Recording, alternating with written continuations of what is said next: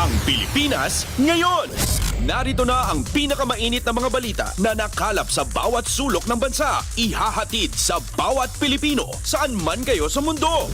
Ang Pilipinas ngayon. Pakinggan ang bawat kaganapan sa bawat lalawigan. Ito ang Pilipinas ngayon.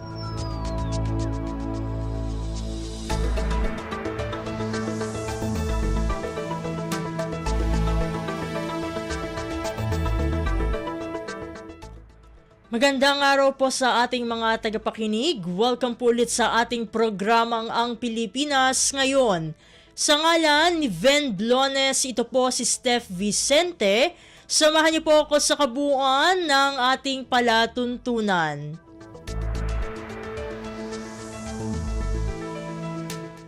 Tulad ng dati, mapakikinggan po ang ulat ng ating mga kapatid na himpilan sa probinsya, ang ating mga segmentong balitang negosyo at kalakalan, balitang sports at balitang artista, maging ang ilan sa mga pangunahing balita mula dito sa ating bansa.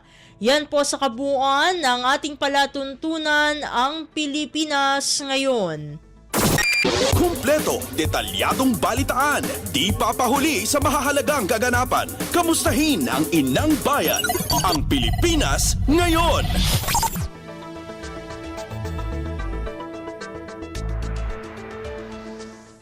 Sa mahahalagang balita, pinirmahan na ni Pangulong Ferdinand R. Marcos Jr. ang Republic Act No. 12078 o Amendments to the Agricultural Tarification Act, Republic Act No. 12079 o Value Added Tax o VAT Refund for non-resident tourists at Republic Act No. 12080 o Basic Mental Health and Wellbeing Promotion Act bilang mga bagong batas nitong Lunes, Disyembre 9 sa Palasyo ng Malacanang. Ang Republic Act No. 12078 o Amendments to the Agricultural Tarification Act ay nagsisilbing tugon sa rice supply shortage dito sa Pilipinas, habang ang Republic Act No. 12079 o Value Added Tax o VAT Refund for non-resident tourists ay nagpapalakas naman sa appeal ng Pilipinas bilang isang premier tourism destination. Samantala, layo naman ng Republic Act No. 12080 o Basic Mental Health and Wellbeing Promotion Act na mapalaganap pa ang mental health initiatives sa mga paaralan at makalikha ng bagong school counselor positions. Narito ang kabuang talumpati ni Pangulong Ferdinand R. Marcos Jr.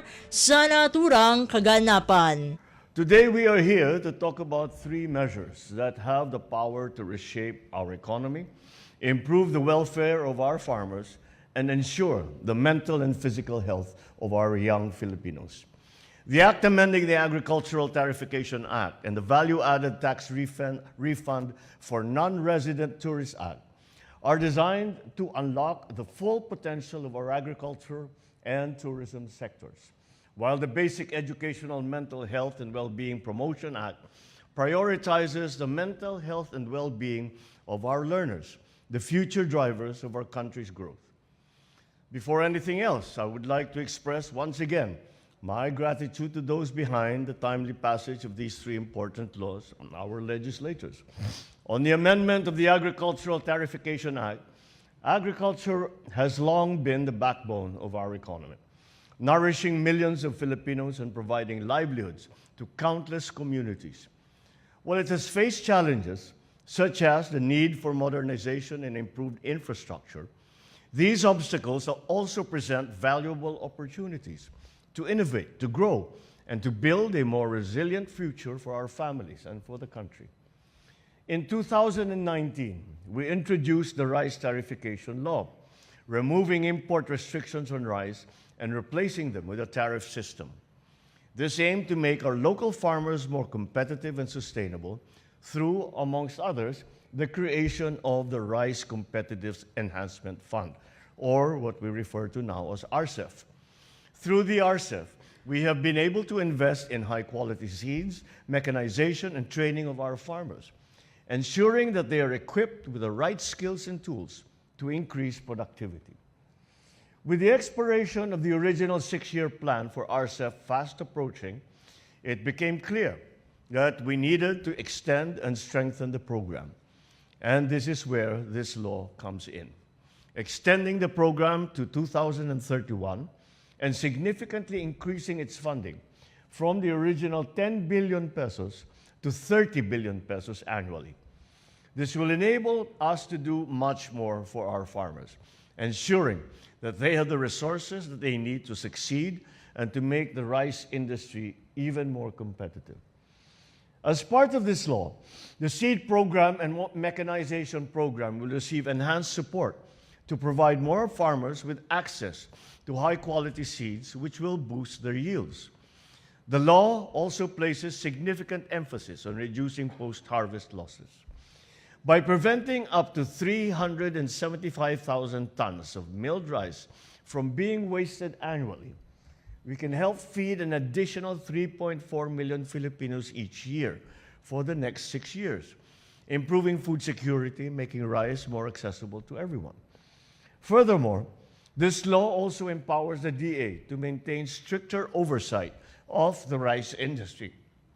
This ensures that the rice reaching our markets have complied with quality standards and regulations. The Bureau of Plant Industry will also be able to inspect rice warehouses and manage a national database to track grain storage, safeguarding our food supply and ensuring its safety for the public. In cases of sudden rice shortages or price hikes, the DA will now be empowered to take the necessary actions to stabilize the market. This will help ensure that the price of rice remains affordable and accessible to every Filipino. Above all, this law empowers our farmers to thrive and to help our country secure a stable food supply. By increasing investments in agriculture, providing more resources, and creating a more competitive rice industry, we are laying the groundwork for a stronger, more self-sufficient Philippines. Now, as we move from the fields to the bustling streets and markets, let us turn our attention to another key driver of our economy, tourism. It is no secret that shopping has become an essential part of the travel experience, and we are poised to capitalize on that momentum. In 2023, the Philippine tourism sector played an instrumental role in our nation's economic recovery, contributing an impressive 8.6% to the GDP. Within this significant share, shopping emerged as the second largest expenditure for inbound tourists. With this in mind, we are introducing the VAT refund program for non-resident tourists, designed not only to stimulate more spending, but to promote the Philippines as a premier global shopping destination. Under this program, tourists can claim a refund on the VAT for goods personally purchased at accredited retail outlets, provided these goods are taken out of the country within 60 days and meet a minimum transaction requirement of 3,000 pesos. This initiative opens a new chapter in our tourism landscape, allowing the country to compete with other tourism markets that attract tourists who are eager to take home authentic, high-quality Filipino products.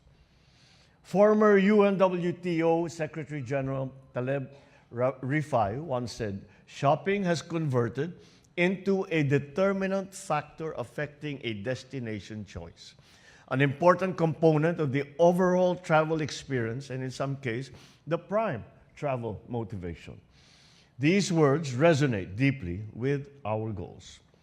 The Philippines has long been a home for unique, handcrafted items, and this VAT refund program will help put a spotlight to our rich local offerings. Our signature products such as Marikina shoes, the intricate handwoven textiles from the northern provinces, the timeless craftsmanship of Filipino barong all stand to benefit from this measure. These products tell our stories, and now, with the VAT refund, they will be able to be more accessible to global consumers, elevating, once again, our stature in the global market. The economic impact of this measure is projected to be substantial. estimating an almost 30% increase in tourist spending. This surge will benefit both larger-scale industries and micro, small, and medium enterprises, an important pillar of our local economy. Tourists who have a positive shopping experience are more likely to return with their friends and their families, supporting our goal to become a premier shopping destination in Southeast Asia. As we move forward, I urge the Department of Finance and the Bureau of Internal Revenue to craft implementing rules and regulations that will make this VAT refund process simple, accessible, and culturally inclusive. Just as we invest in infrastructure, tourism, local businesses, we must also invest in the well-being of those who shape our future, the learners, and the teaching and non-teaching personnel who mold them. The Basic Education, Mental Health, and Well-Being Promotion Act addresses the often overlooked but vital aspect of mental health in schools. It ensures that our learners and school personnel are emotionally and mentally equipped to excel, even in the face of these modern challenges. The need for this legislation is urgent and undeniable. Globally, mental health concerns are escalating. In the Philippines, the statistics are alarming. 17% of our young people have contemplated taking their lives, yet less than 1% sought professional help. This law aims to bridge that gap by embedding mental health services directly into our schools, our nation's first line of defense against mental health issues. Through this act, schools will become sanctuaries of learning and of well-being. Care centers staffed by trained professionals will provide counseling and stress management workshops and implement programs to reduce stigma around mental health. Teaching and non-teaching personnel will have access to resources that empower them to support students while safeguarding their own well-being. When our learners and school personnel are mentally healthy, academic performance improves, absenteeism decreases, and a culture of compassion and understanding flourishes. Beyond being a safeguard to our youth and school personnel, this law is also an investment in the intellectual, emotional, and social future and development of our nation. Let us not underestimate the economic and social costs of neglecting mental health. Globally, mental health challenges could cost $16 trillion in losses by 2030. Locally, the toll is evident in decreased academic outcomes, burnout, and turnover rates among students and school personnel. This act will help in reducing such losses, making our students more productive and ready to contribute to nation building. Today, we renew our promise to every Filipino that they will not only succeed academically, but thrive holistically. Together, we envision a Philippines where mental health is prioritized alongside education, fostering a generation equipped to lead with resilience, compassion, and with purpose. I call on each of you to support and drive these initiatives forward. Let us safeguard and empower our farmers, uplift our tourism industry, and provide mental health support. Together, let us create a future where every Filipino has the opportunity to succeed, to live a balanced life, to contribute to the collective prosperity of the nation. To this end, these three laws are not just policies, they are commitments. Commitments to the Filipino farmer, commitment to the Filipino worker, the Filipino entrepreneur, Filipino learner, and to every single citizen who dreams of a brighter, more resilient, and more progressive bagong Pilipinas. Maraming salamat at mabuhay kayong lahat. Mabuhay ang bagong Pilipinas. Magandang umaga sa inyo.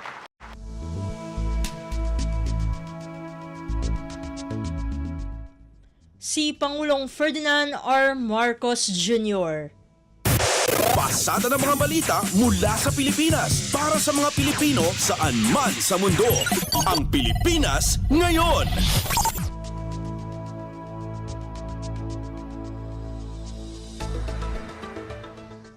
Samantala, Pangulong Ferdinand R. Marcos Jr. at First Lady Liza Araneta Marcos kasama ang mga anak, pinangunahan ang malawakang gift-giving sa bansa.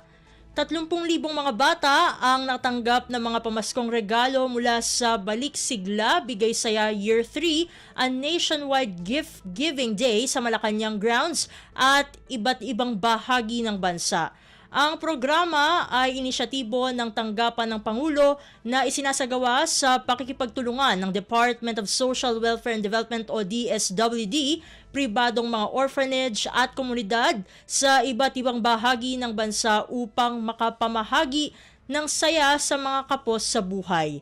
Samantala, pinasalamatan ni Pangulong Marcos ang DSWD sa kanilang dedikasyon upang matiyak na ramdam ng mga Pilipino ang Pasko sa kabila ng mga nararanasang pagsubok sa buhay. Ayon sa Pangulo, ramdam na ang Kapaskuhan nang makita niya ang maraming bata na masayang naglalaro sa Malacanang grounds. Narito ang kabuang talumpati ni Pangulong Ferdinand R. Marcos Jr. sa naturang kaganapan. Oo, nakita ninyo, ang gagaling nito mga pala ko eh. Ang lalakas ng boses. Nako, Pasko na nga. At nandito na naman tayo sa ating maligayang Pasko na selebrasyon. Alam naman natin na ang Pasko ay ang katunayan niyan ay talaga para sa mga bata. Kaya alam ko, naramdaman ko na kagad yung Pasko dahil andito na naman ang maiingay, ang malilikot at makukulit na mga bata na kumakanta ng malakas ng Christmas Carol. Yeah. Welcome back sa Malacanang. At alam niyo naman, basta pag Pasko, ito ay ino-open house namin dahil ganyan talaga ang naging tradisyon sa pamilya namin, pamilya Marcos. Nung bata pa ako, at dito pa kami nakatira, basta't Pasko, meron kaming handa para sa ating mga maliliit na naalagaan. Kaya nandito po tayo ulit. At alalahanin ninyo, etong ating pagsasaya dito ay hindi lamang dito sa palasyo, kundi sa iba't ibang lugar sa buong Pilipinas. At dahil kagaya nga ng sabi ko, ang Pasko naman ay para sa mga kabataan. Kaya tinitiyak natin na kahit sino at napadpad sa malalayo sa kanilang pamilya, sa kanilang mga mahal sa buhay, ay kahit papano ay meron din silang Pasko. Kaya maraming salamat lahat ng mga staff, lahat ng mga tumulong sa atin. Siyempre, led by DSWD ito. Pero kaya nga hindi maliit na selebrasyon ito, hindi maliit na preparasyon ito dahil nga hindi lamang dito kundi sa buong Pilipinas. Kaya gawin natin na lahat. Nahirapan tayo itong nakaraang taon at tinamaan tayo ng kung ano, nagumpisa sa La Nina na nagtagtuyot ang ating agrikultura. Tapos sinundan naman ng mga, una yung El Nino, sinundan naman ng La Nina, na puro bagyo naman. Kaya sana naman, mag-Merry Christmas lang tayo kasi tayo'y nabigyan ng kaunting oras, kaunting pagkakataon na makasama ang ating mga mahal sa buhay, nakapag-celebrate ng konti, magsaya ng konti, at kumain ng masyadong maraming lechon at saka mga hamon. Yan ang Pasko para sa Pilipino. At sa Pilipino ay talaga naman pagka pinagdiriwang ang Pasko, na iba ang selebrasyon ng Pasko ng Pilipino. Kaya ipagpatuloy natin ang tradisyon na yan. At sa inyong lahat, maligayang Pasko at maligong bagong taon.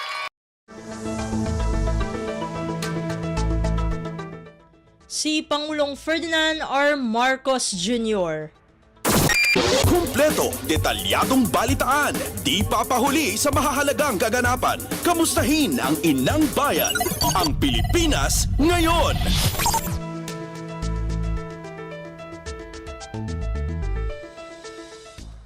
Sa iba pang mga balita, pinawi ng Department of Agriculture o DA ang pangamba ng mga magsasaka sa pagpapalawak ng kadiwa ng Pangulo kung saan makabibili ang publiko ng murang bigas at iba pang mga produkto. Tiniyak ng DA na patuloy ang pagsisikap ng pamahalaan upang kumita pa rin ang mga magsasaka kasabay ng pagbebenta ng abot-kayang produkto sa merkado. Ayon kay Agriculture Assistant Secretary Genevieve Velicaria Guevara, binabalanse ng gobyerno ang mga hakbang para hindi malugi ang mga magsasaka habang nakakabili ang publiko ng murang bigas at iba pang produktong agrikultura. Dahil dito, patuloy aniya ang DA sa mga programa nila para matulungan ang mga magsasaka sa kanilang produksyon, lalo ang mga laging napipinsala ng kalamidad. Pasada ng mga balita mula sa Pilipinas para sa mga Pilipino saan man sa mundo. Ang Pilipinas ngayon.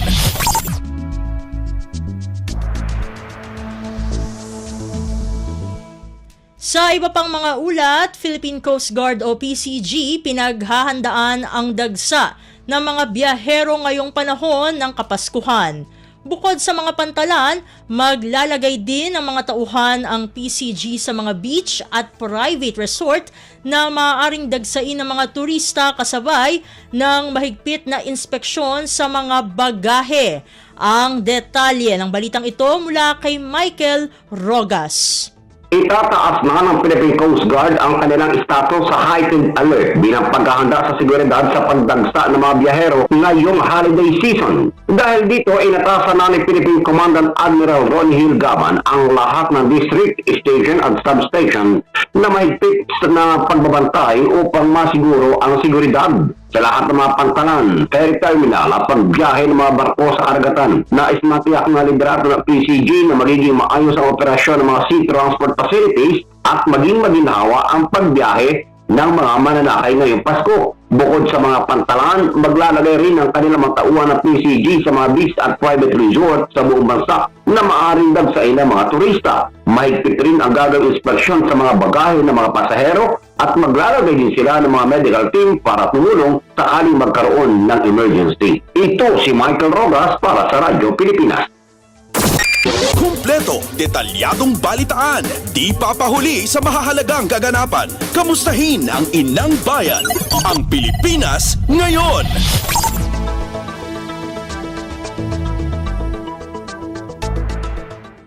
Sa iba pang mga balita, Philippine National Police o PNP paiigtingin ang security operations at police visibility ngayong panahon ng Kapaskuhan.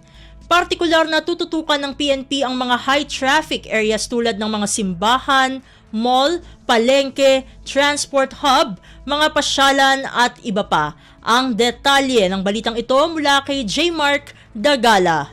Inatasan ni Philippine National Police o PNP Chief Police General Romel Francisco Marbil ang mga tauhan nito na paigtingin ng police visibility gayon din ang kanilang security operations ngayong holiday season. Partikular na pinatututukan ng PNP Chief sa mga tauhan nito ang mga anito ay high traffic areas gaya ng mga simbahan, mall, palengke, transport hub, mga pasyalan at iba pa. Tiniyak din ng PNP Chief na may nakadeploy silang quick response team upang kagyat na matugunan ng anumang insidenteng mayuulat sa kanila. Binigyan din pa ng PNP Chief na mahalagang matiyak ang seguridad at kaligtasan ng publiko sa panahong ito, lalo't posible anyang samantalahin ng mga kriminal ang okasyon para maggasik ng gulo. Bukod sa holiday season, na pinababantayan din ng PNP Chief ang mga pagkilos na ikinakasa, lalo na yung may kaugnayan sa inihaing impeachment case laban kay Vice President Sara Duterte. J. Mark Tagala, Radyo Pilipinas.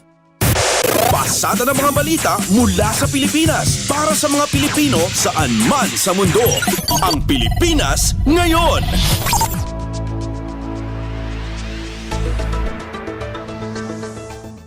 Sa iba pang mga ulat, inilalatag na ng House Blue Ribbon Committee ang mga panukalang batas na isusulong matapos ang 7 pagdinig ukol sa isyu ng maling paggamit ng confidential funds ng Office of the Vice President o OVP at Department of Education o DepEd sa ilalim ng pamumuno ni Vice President Sara Duterte.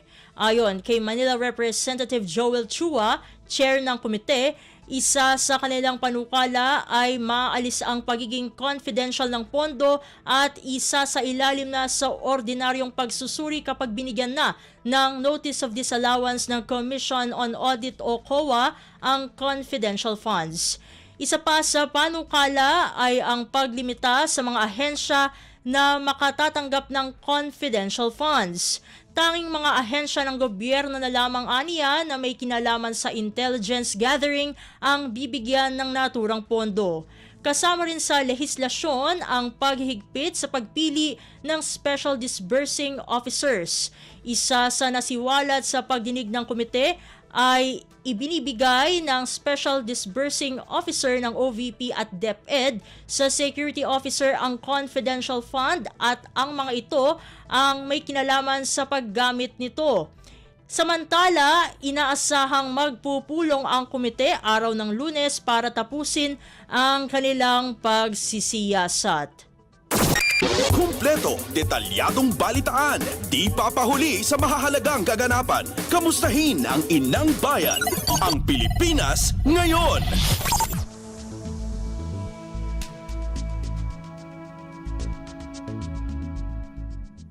Samantala, ipinauubaya na ng ilan sa leader sa Kongreso sa Department of Justice o DOJ ang desisyon kung may pananagutang kriminal si Vice President Sara Duterte kaugnay ng pagbabanta nito sa buhay ni na Pangulong Ferdinand R. Marcos Jr., First Lady Liza Araneta Marcos at House Speaker Martin Romualdez. Ito ay kahit pa nakapaloob ang naturang insidente sa mga inihaing impeachment complaint laban sa Vice-Presidente. Ayon kay Bataan 1st District Representative Geraldine Roman, ang pagtutuunan ng Kongreso ay ang proseso ng impeachment habang ang DOJ ay kung may potensyal na criminal case ang pangalawang Pangulo. Sinabi ni Roman na magkahiwalay at malaya ang Kongreso ng trabaho ng bawat isa at mayroong tungkulin at mandato upang iproseso ang impeachment complaint. Bagamat isang insidente ay magkahiwalay aniya ang lehislatura at ehekutibo at hindi nito didiktahan ng DOJ kung ano ang nais nitong gawin. Pasada ng mga balita mula sa Pilipinas para sa mga Pilipino saan man sa mundo. Ang Pilipinas ngayon.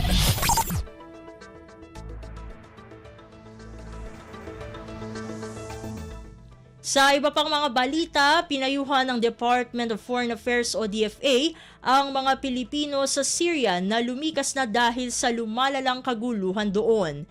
Hinihikayat ng ahensya ang mga Pilipino na magtungo na sa Embahada ng Pilipinas sa Damascus para sa mga kakailanganing tulong hanggat hindi pa naghihigpit sa Syria. Sa tala ng DFA, mayroong 703 mga Pilipino sa Syria. Samantala, nakipag-ugnayan na ang DFA sa mga kinauukulang mga ahensya para sa kaligtasan ng mga Pilipino roon. Patuloy naman ang pagbabantay ng DFA sa sitwasyon sa Syria. Kumpleto, detalyadong balitaan, di papahuli sa mahahalagang kaganapan. Kamustahin ang inang bayan, ang Pilipinas ngayon.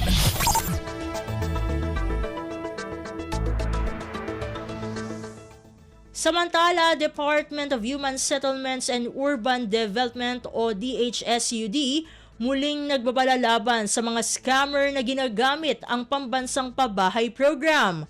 Ang panawagan ay inihayag kasunod ng muling napaulat na solicitation activities gamit ang 4PH at target biktimahin ang Overseas Filipino Workers o OFWs. Ang detalye ng balitang ito mula kay Mary Ann Bastasa.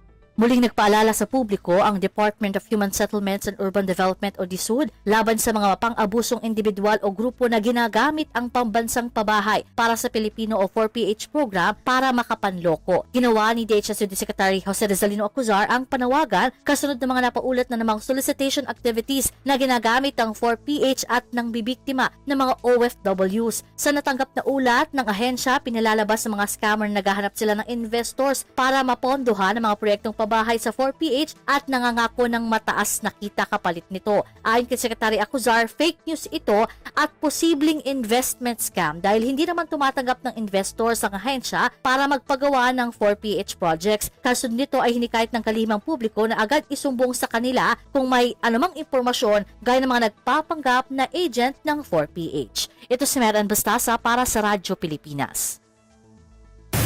Pasada ng mga balita mula sa Pilipinas para sa mga Pilipino saan man sa mundo. Ang Pilipinas ngayon.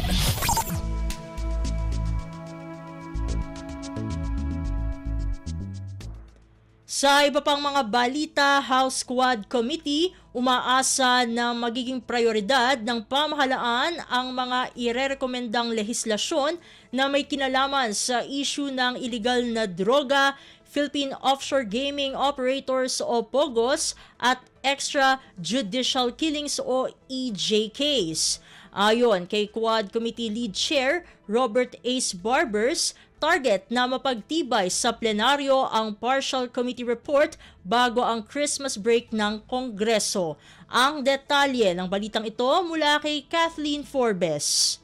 Umaasa ang House Quad Committee na makonsidera bilang legislative priority ng administrasyon ng mga panukalang batas na kanilang irerekomenda at nakapaloob sa kanilang progress report. Ayon kay Quadcom Lead Chair Robert Ace Barbers, nasa 15 hanggang 20 panukala ang kanilang nabuo mula sa 12 pagdinig ng komite tungkol sa isyu ng illegal na droga, POGO at EJK. Bukod pa ito sa nauna ng mga panukala na kanilang inihain. Anya umaasa sila na sa pag-akyat sa plenaryo ng partial committee report ay maaksunan ang mga lehislasyon. Kung swertehin anya ay masertipikahan pa sana bilang urgent upang magkaroon na rin ng counterpart measures sa Senado. Kabilang anya dito ang 4 na panukala para sa pag-amyenda ng Comprehensive Dangerous Drugs Act of 2002. Target anya nila na mapagtibay sa plenaryo ang partial committee report bago ang Christmas break ng Kongreso. Mga proposed legislation na i-file namin, we are hoping that because this is the output of the Quad, which we feel has been exhaustively discussed, dapat siguro kung pwede maisama sa legislative agenda ng ating Pangulo. Pag siswertein pa tayo, baka ma-certified as urgent yung bill, no? Nang sa ganun, yung counterpart naman sa Senate ay gumawa din at kumilos din. If I'm not mistaken, meron kaming mga 4 proposed legislation na dyan tungkol dito sa amendments to the Republic Act 9165 or the Comprehensive Dangerous Drugs Act of 2002. Maaaring makonsider din ito bilang priority legislation. So sana, no? This is what we are hoping for. Ito si Kathleen Forbes para sa Radyo Pilipinas. Kumpleto, detalyadong balitaan, di papahuli sa mahahalagang kaganapan. Kamustahin ang inang bayan, ang Pilipinas ngayon.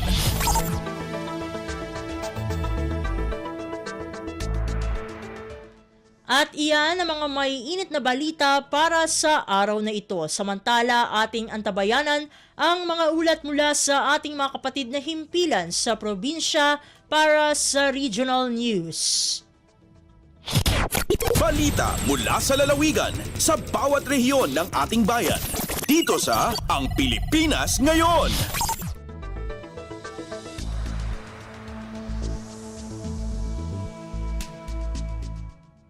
Narito na ang bugso ng ating mga regional news. Dumako muna tayo sa rehiyon ng Luzon. Mahigit 2,000 pamilyang benepisyaryo ng Walang Gutom program ng Department of Social Welfare and Development o DSWD sa Isabela patuloy ang pag-redeem para sa masusustansyang pagkain. Narito ang buong balita na ihahatid sa atin ni April Racho mula sa Tuguegarao. Nasarok 2,000 a benepisyaryo itintero probinsya ti Isabela ti madamang agridimo na magisuksukat itinaawat da asig 3,000 piso sa gatad ti food credits para kadagiti grocery items karaman dagiti natanken prutas.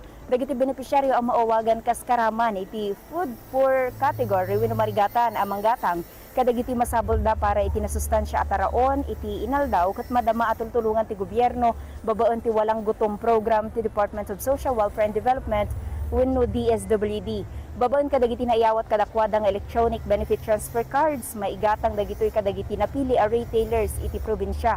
Pagyamanan na una iti maysa benepisyaryo manipud Santo Tomas ani Florentina Manalo, kadakkel at tulong ti programa iti pamilyada nang nangruna iti panawon ti krisis.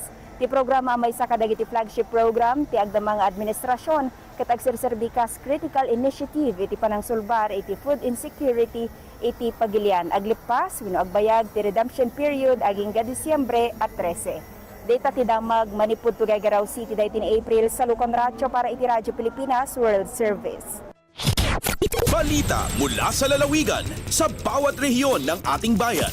Dito sa Ang Pilipinas Ngayon.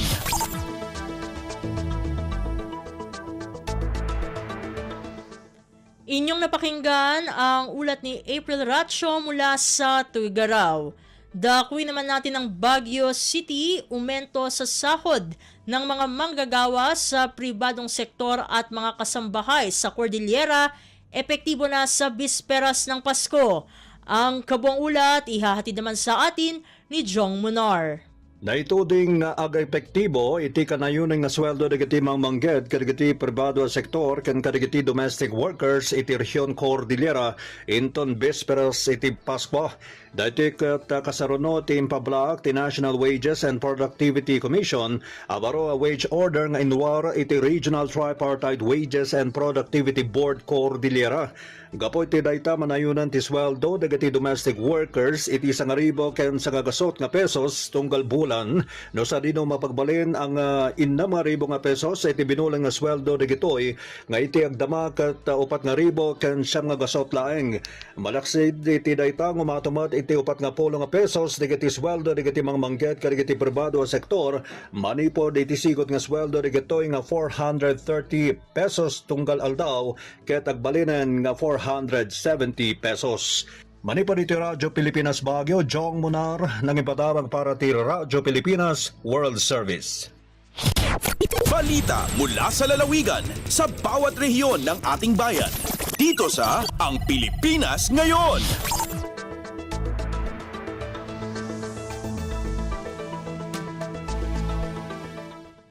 Inyong napakinggan ang ulat ni Jong Munar mula sa Baguio City. Puntahan naman natin ang Virac. Lokal na pamahalaan ng Pandan sa Catanduanes, ginawaran ng Subaybayani Award ng Department of the Interior and Local Government o DILG. Narito si Juris De La Rosa para sa balita. Ginawadan ng lokal na gobyerno ng Pandan sa Catanduanes sa irarungkan na pamamayo ni Mayor Raul Tabirara din Subaybayani Award Exemplar kan Department of the Interior and Local Government o DILG. Ang Subaybayani Award pagmidbid kan DILG sa mga LGUs na igwanin na maurag, tapat, asin makabago, asin epektibo ang panggogobyerno pag-abot sa implementasyon ng local infrastructure projects na igwanin positibong epekto sa indang mga komunidad. Ang banwaan ni Pandan, ang ultimo nga banwaan sa Catanduanes nakabali sa tululang din na mga banwaan sa Reyong Bicol na tinawanin na sabing prestihiyosong award. Si Engineer Rodolfo C. Icarano, Municipal Planning and Development Coordinator, asin Subaybayani Focal Person kan LGU Pandan, ang nagresibin nin award bilang representante ni Mayor Tabirara. Ang Subaybayani National Awarding Ceremony pigsagibo kan December 3 sa Sikia Hotel, Asiana City Business Park, Parañaque. Sigon sa LGU Pandan, ang award na ini patunay nin dedikasyon ninda sa pagsusulong nin pangmatagalan na pag-asenso asin pagtutok sa kapakanan kan lambang Pandananon. Sa ruda ini po nadakulang lakdang patungo sa mas maasenso pa na Pandan. Olivera Catanduanes, Juris De La Rosa para sa Radyo Pilipinas World Service. Balita mula sa lalawigan sa bawat rehiyon ng ating bayan. Dito sa Ang Pilipinas Ngayon.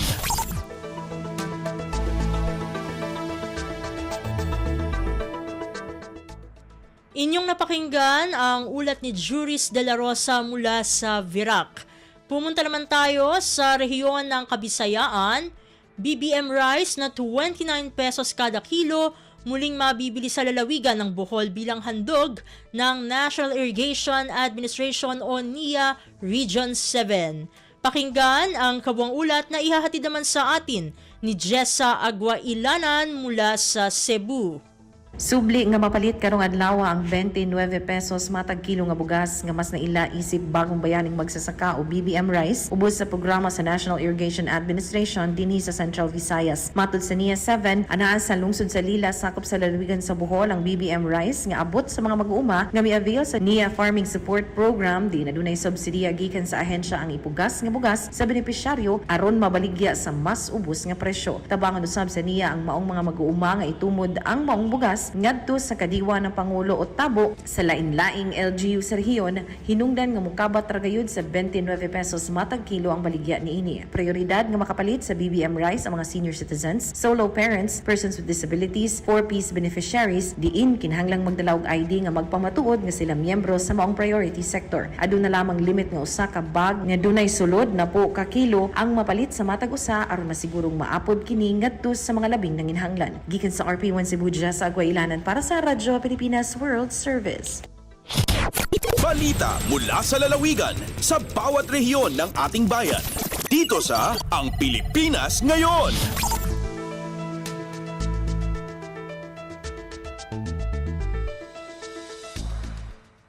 Inyong napakinggan ang ulat ni Jessa Aguailanan mula sa Cebu.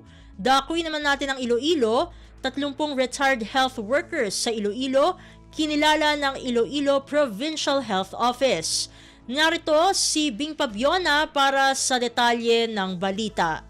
May 30 ka retired health workers gikan sa nanaytuhay nga Banwa kag District Hospital sa probinsya sa Iloilo ang ginpasidunggan sang Provincial Health Office sa 2024 Health Excellence and Leadership Awards nga ginhiwat sa Iloilo Convention Center, Iloilo Business Park, Mandurriao, Iloilo City sining karon lang. Ginkilala mga kontribusyon sa mga development partners, hospitals, kag local government units kaupod ang ila health offices sa pagpasanyog sang Iloilo province-wide health system. Nakaangkla ini sa mga prinsipyo sang maayo nga pagdumala kag pagbinuligay sang madamo nga sektor ang sistema komitido sa paghatag sang patas na sentro sa mga tawo kag mataas nga kalidad nga mga serbisyo sa ikayong lawas sa pagtinguha sang universal healthcare. Ang seremonya nagpasidungog man sa mga top-performing LGUs kag hospitals paagi sa nanuhituhay nga programa, specific special awards para naman sa ila hinimuan sa health system kag service delivery. Ang Major Hill Awards ginhatag sa mga munisipyo para sa ila performance sa pagpatuman sang universal healthcare kag pag-angkon sang level sang pagkahamtong sang local health system. Gikan sa Iloilo, Bing Pabiona para sa Radyo Pilipinas World Service. Balita mula sa lalawigan sa bawat rehiyon ng ating bayan. Dito sa Ang Pilipinas Ngayon. Inyong napakinggan ang ulat ni Bing Pabiona mula sa Iloilo. Dumako na tayo sa rehiyon ng Mindanao. Libreng mental health check handog ng lalawigan ng Cotabato sa mga mamayan nito. Ang kabuang ulat, ihahatid sa atin ni Maselda Salya mula sa Davao. Buot tabangan sa lokal nga kagamhanan sa probinsya sa Cotabato, ang katawhan niini labi na ang adunay mental health concerns. Labot niini maghatag og libreng mental health check-up ang Integrated Provincial Health Office sa mga lungsod sakop sa maong probinsya. Prioridad usab sa lokal nga kagamhanan nga mahatagan og igong intervention aron nga masolusyonan ang panginahanglanong sa pasyente. Una na nga nagpahigayon ang IPHO sa libreng mental check-up sa libungan ug tulunan din mokabat sa 81 ka mga individual ang mipailawom sa serbisyo. Naglusad usab og awareness campaign aron nga ipasabot sa mga pamilya ang kondisyon sa ilang kabanay ug mahatagan kini og giya sa saktong pag-atiman ug pagsabot. Gikan dinhi sa Radyo Pilipinas Davao, Marcel Mamonda Salya para sa Radyo Pilipinas World Service. Balita mula sa lalawigan sa bawat rehiyon ng ating bayan. Dito sa Ang Pilipinas Ngayon. Inyong napakinggan ang ulat ni Maselda Salya mula sa Davao. Dakuy naman natin ang Butuan. 13.5 milyong pisong halagang Biosecure Swine Fattening Facility sa ilalim ng Integrated National Swine Production Initiative for Recovery and Expansion Project, matagumpay na na-turn over ng Department of Agriculture o DA sa Surigao City. Ang detalye ng balita ihahatid naman sa atin ni Jocelyn Morano. Usa ka Biosecure Swine Fattening Facility ilawom sa Integrated National Swine Production Initiative for Recovery and Expansion kun INSIRE project ang opisyal nga gitugyan sa Department of Agriculture karga sa Mat-I Farmers Association didto kini nahimutang sa Barangay Mat-I, Surigao City. Sigon ni DA Caraga Regional Executive Director Arlan M. Mangelen, ang fasilidad nagkantidad tanan sa 13.5 million pesos uban sa 3.5 million counterpart sa kagamhanang lokal sa Surigao. Mensahe ni RD Mangelen, para magmalampuson ang mga tinguha nga ma-improve ug maayo ang produksyon sa baboy sa Surigao City, importanteng madumala sa sakto ang maong fasilidad. Kiniusab makatabang para madugangan ang kita sa mga namuhi ug baboy. Gikan sa RP Butuan, kini si Jocelyn Morano para sa Radyo Pilipinas World Service. Balita mula sa lalawigan sa bawat rehiyon ng ating bayan. Dito sa Ang Pilipinas Ngayon.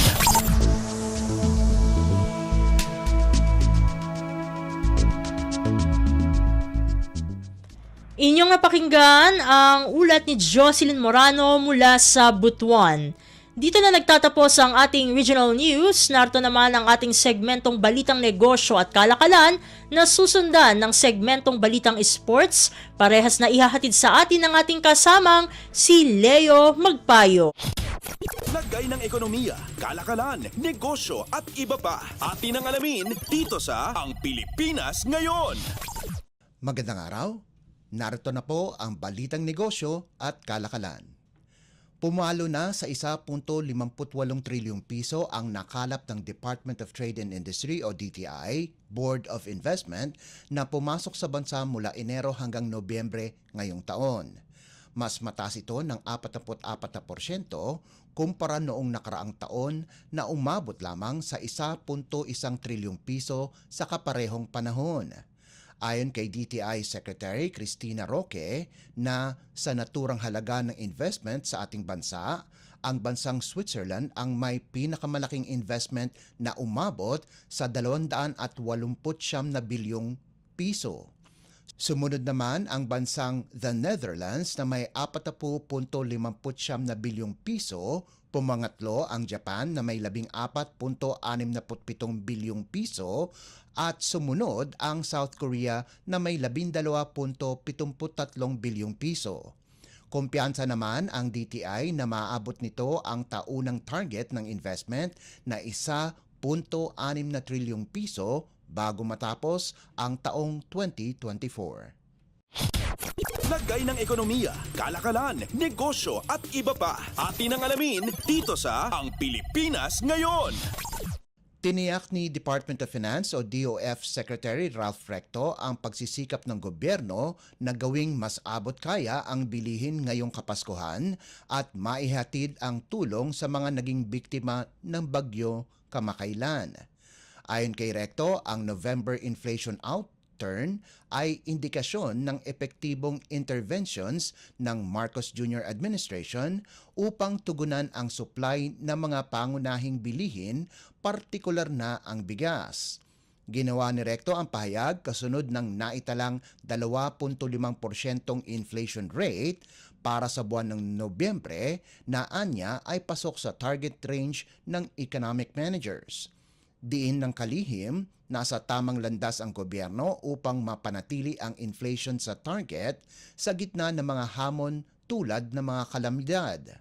Sa ngayon, anya, patuloy ang pagbaba ng rice inflation mula 7.6% noong Oktubre sa 5.1% nitong Nobyembre, dala na rin ng epekto ng executive order ni Pangulong Ferdinand R. Marcos Jr. na tapyasan ang taripa ng imported na bigas. Inaasahan din ang patuloy na pagbaba ng presyo ng bigas ngayong Disyembre dahil sa mas murang presyo nito sa pandaigdigang merkado. Lagay ng ekonomiya, kalakalan, negosyo at iba pa. Atin ang alamin dito sa Ang Pilipinas Ngayon. Pursigido ang Department of Agriculture o DA na ikalat pa sa buong bansa ang Kadiwa Centers para makapagbenta ng mura at abot-kayang pagkain.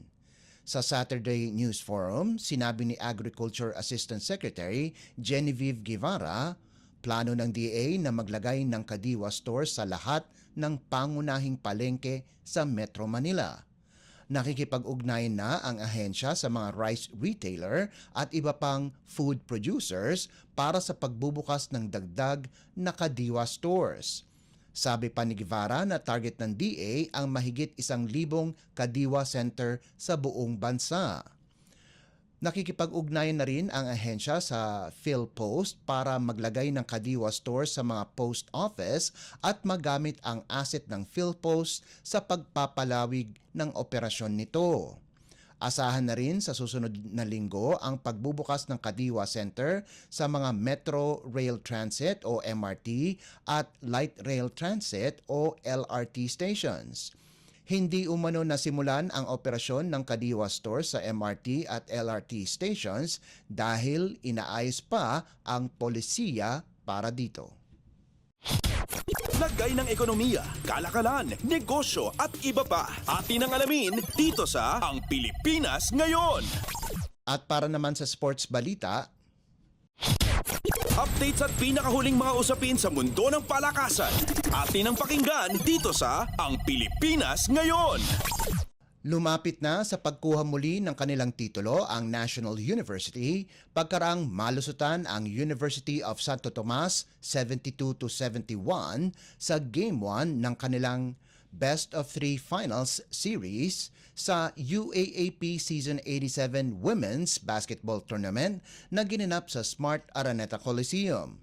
Napanatili ng Lady Bulldogs na perpekto ang kanilang record mula sa elimination round para sa kanilang ika-15 sunod-sunod na panalo ngayong season.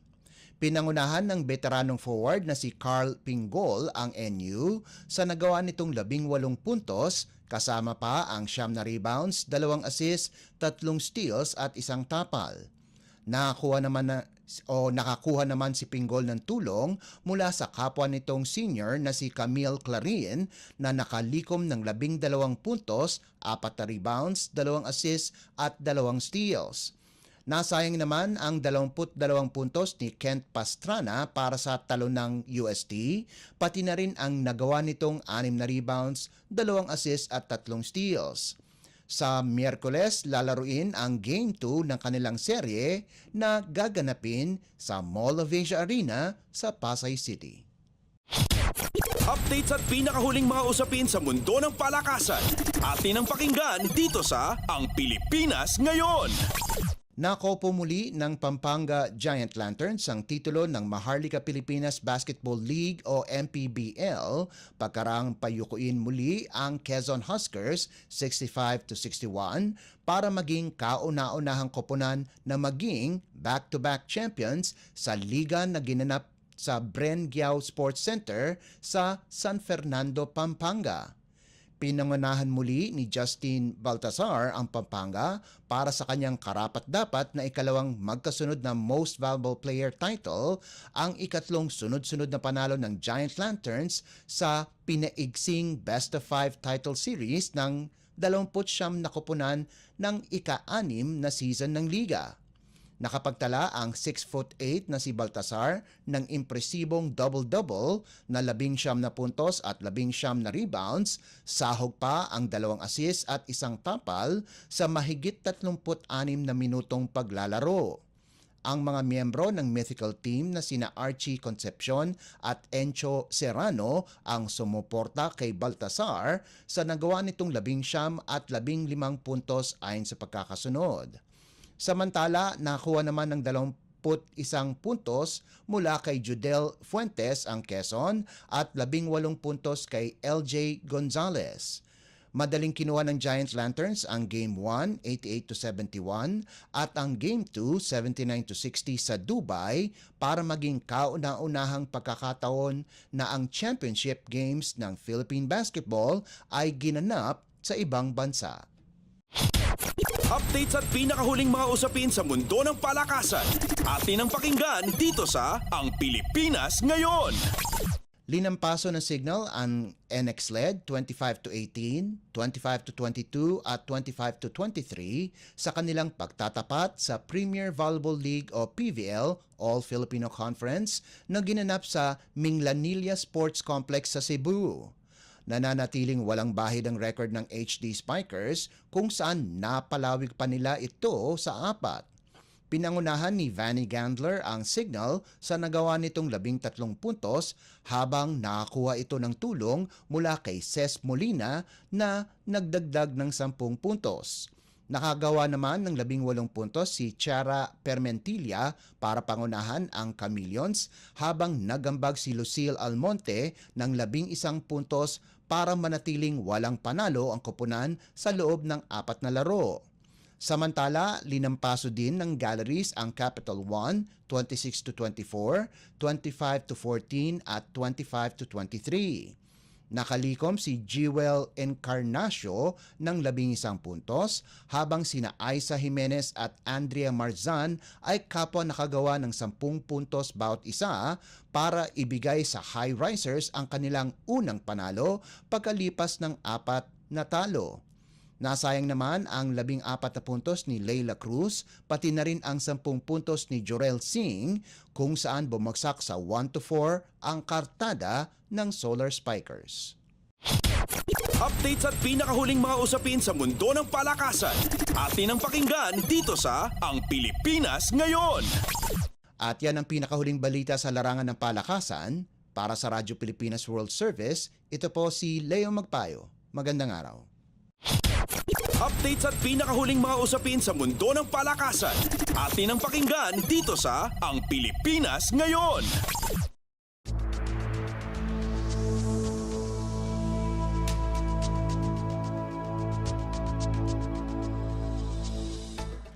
Maraming salamat Leo para sa ating mga segmentong balitang negosyo at kalakalan at balitang sports. Samantala, narito naman ang ating segmentong balitang artista na ihahatid sa atin ng nag-iisang si Mama JT. Ang latest, ang hottest sa showbiz and entertainment. Heto na sa Ang Pilipinas Ngayon.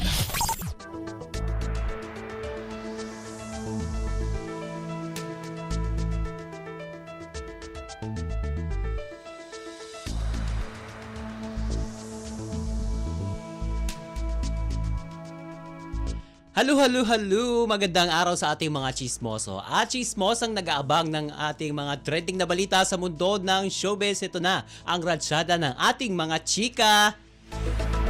Ito, ipinakilala na ng Viva Artist Agency ang isa sa mga bago nilang talent.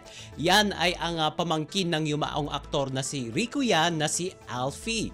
Sa isang Instagram post, masaya ibinahagi na ang pagkakasama ni Alfie sa talent roster ng Viva Artist Agency na may caption na quote-unquote, carrying on the legacy. Alfie Yan, nephew of the late Rico Yan, is now part of Viva Artist Agency. Ayon pa sa Viva, si Alfie ay nakatakdang magsimula ng kanyang showbiz journey sa December 10 kasabay ng isang press con na ila-livestream ng nasabing talent agency sa kanilang Facebook page. Sa comment section ay tila ramdam ang pagkasabik ng ilang netizens at fans, lalo lang ng mga fans ni Rico Yan, lalo na't kahawig daw talaga ni Rico ang pamangkin nito. At ang ilan sa kanila ay sinabing si Alfie ay tila carbon copy at para ba silang pinagbiyak na bunga ng kanyang tito Rico. And for your information, si Alfie ay anak ng kapatid ni Rico na si Geraldine at aabangan natin ang mga bagong proyekto para kay Alfie. Ang latest, ang hottest sa showbiz and entertainment. Heto na sa Ang Pilipinas Ngayon. At sa huli nating chika for today, binansagan ang actress-singer na si Janela Salvador bilang Southeast Asia Asian Best Actress ng Top 10 of Asia, ang English language publication na nakabase sa Malaysia. Sa Instagram, proud na ibinandera ni Janela ang international recognition kung saan siya mismo ang tumanggap ng parangal sa nasabing bansa. Bahagi ng kanyang caption sa Instagram, quote-unquote, "I have always just hoped to touch people through my art and would like to share this award with all of the hardworking people I've worked with on and off cam." Pagdadagdag pa niya, here's to Philippine cinema reaching wider audiences. At kung matatandaan, ilan lamang sa mga recent projects ni Janela ay ang pelikulang Under Parallel Skies. Katambal ang Thai actor na si Win Metawin. At sa mga hindi pa nakakaalam dyan, ito ang kauna-unahang cross-country film ng ating bansa na nagkaroon ng world premiere sa Asian Film Awards na ginanap sa Hong Kong. Ang latest, ang hottest sa showbiz and entertainment. Heto na sa Ang Pilipinas Ngayon. And OMG, wala na tayong sapat na oras para sa ating balitang artista. Maraming salamat mga ka-chismis sa pakikinig sa aking mga chika for today. Ako po si Mama JT para sa Radyo Pilipinas World Service. Ang latest, ang hottest sa showbiz and entertainment. Heto na sa Ang Pilipinas Ngayon.